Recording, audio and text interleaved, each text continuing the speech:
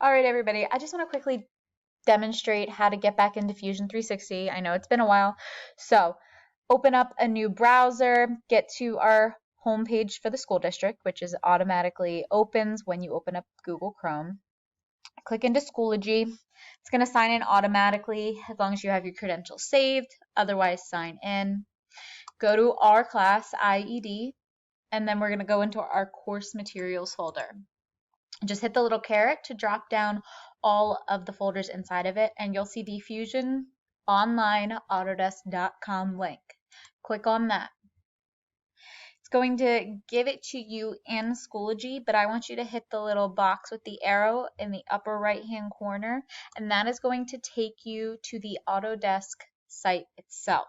From there, I want you to hit the orange Launch Fusion 360 button and let that load. Now, pause here the video while you wait for your Fusion 360 to load.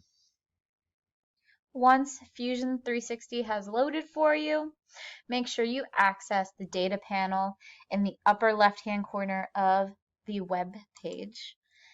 Go to IED, click on your class period, access the project file, and make sure you save your project file in that folder for grading.